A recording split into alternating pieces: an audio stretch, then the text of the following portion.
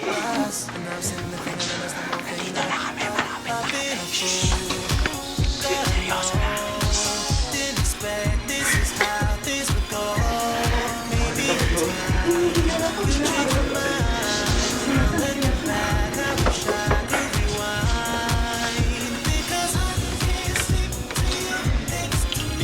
Good afternoon po.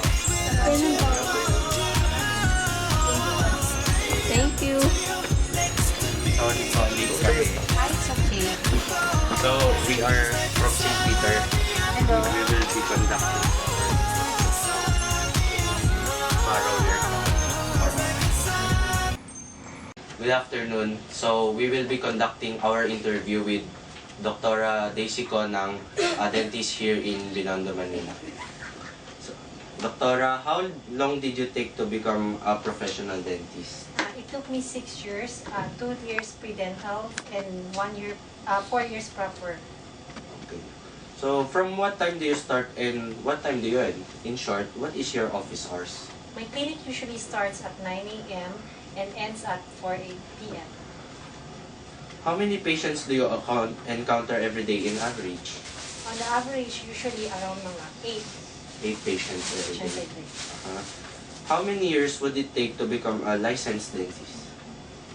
I think that depends on, after having your 6 years dental course, then you took the dental exam.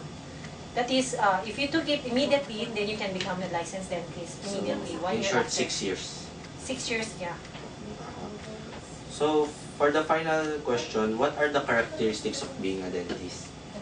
I think being a dentist, you have to be not only good at your skill, but you have to have conscience also for the patients. Conscience. Yeah, that's more important than anything else. That's all. Okay. So we will be asking Doctora with the questions given by the other groups. So hold for a while. So to ask Doctora Daisy Nam for further questions, my group mates will ask her. So this is Device, and this is Gian, this is Faustin, and this is Clark. So let's ask her. So, Dr. Daisy, what is the most severe oral infection in dentistry? I would consider cellulitis as the most severe infection of the oral cavity, and that is the swelling. You can see swelling of the face. What bacteria are present inside the mouth?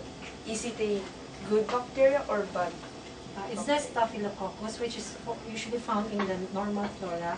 Unless there is plaque inside, then it will become an infection. Okay. So, the next question Gian will ask. So, is it true that only mature teeth can undergo root canal treatment?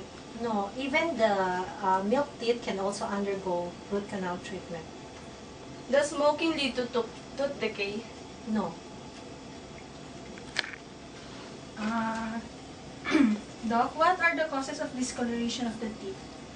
Usually it's from the food that we eat. Usually it contains certain chemicals that will cause stain on our teeth. And also the caffeine inside the coffee will also cause will also cause stain, discoloration on the teeth. How does flossing benefit us? Flossing, when you do flossing, you clean the interdental, the spaces in between the teeth. So this will minimize plaque accumulation on that area. So it will minimize the chances of having tooth decay. Thank you, Doc. So, what are the different kinds of teeth? Different kinds of teeth, we have the central incisor, which are the two front teeth. And then after that, we have the canine, which are the pillars of your, inside these two. We consider that the pillar. And then after that, the premolar and then the molars, which usually you use for chewing. How long do we need to wear braces for our teeth to get aligned? That depends on case-to-case basis, but usually it took around 2 years, more or less 2 years. Thank you, Doc. Why can't we prevent the yellowing of teeth? How do we prevent? We prevent it by, usually after eating, you brush your teeth well so that the chemical inside the food will not accumulate inside the tooth. Is it true that when we always brush our teeth, it makes our teeth sensitive? No, so long as you do the proper way of brushing.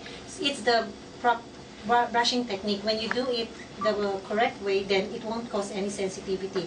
Unless you do it the wrong way, then it will abrade the teeth, and that's the reason why you have sensitive teeth. Thank you.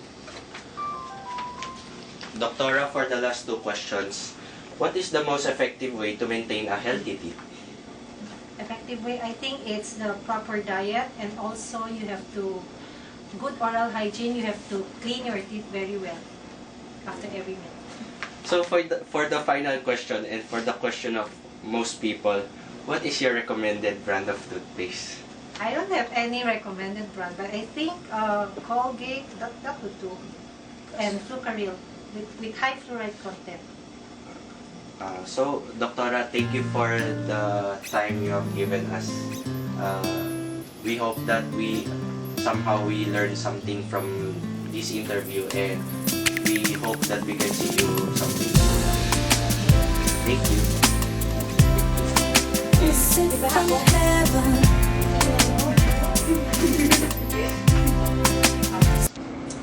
Tagal ni Gigi. Why? Si JJ. Nag-CR na Teka lang. Uwi na tayo eh. Ayun o. Success. Uy, nandiyan na ba kayo? Kanina po. Iko-conclude ko muna to. So, it's been another day of an experience. We hope that you learned something from our interview. May your teeth be always healthy, and pauwi na kami. Bye-bye! Bye! Bye! Layo pa rin. Dito tayo. Okay, tama na. Dito na tayo Diretso eh. lang, diretso. Bye-bye. Oy, Gay, uwi na kayo. Ingat. Bye! If you drink, I'ma pay. Is it true that only mature can undergo root canal? I'm off. Immature. II-REN. Ay, sige. Teacher, kaya. Okay. Hindi, ganito So, we are group 4 from II-REN, and then pakita mo yung sarili mo. Paano ko mapakita? Hindi, siya. Tapos, ganun ka rin. Parang pakita mo. Ayan. Siyempre pa rin. Wait, di pa tapos eh. Doon na lang kayo. Wait, mag-thank you. So, thank you. For the next question, yun, okay?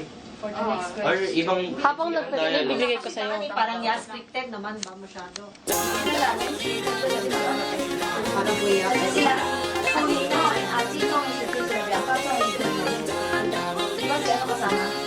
Parang yung fake to me.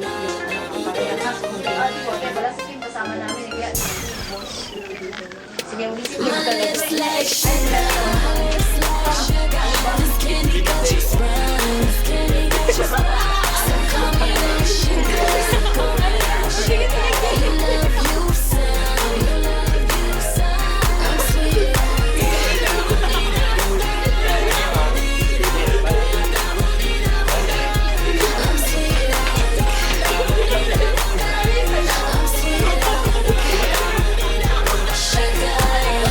Hey, I got a mouth full of cavities, sweet tooth full of mama like sugar to me. Someone love with a lip, put a bug in the ear, toe, sure they gotta guess it's an emergency. Press brown for the taste, addicted to a gloss, one smile this way. Baby, I rip it out, put my tongue in your face. Under the mistletoe, sipping grandma, yeah, I'm a fan all day. Do me that favor, cause I like your flavor. My managed behavior, I'm into your major. Sweet and so flavor, that's good for this player. My hood now and later, throw back like a pager. Pretty much, you give me a sugar rush. Lil' mama give me high blood pressure when you blush. Lips feel soft as a feather when we touch. Shorty, that's what's up. My lips like sugar.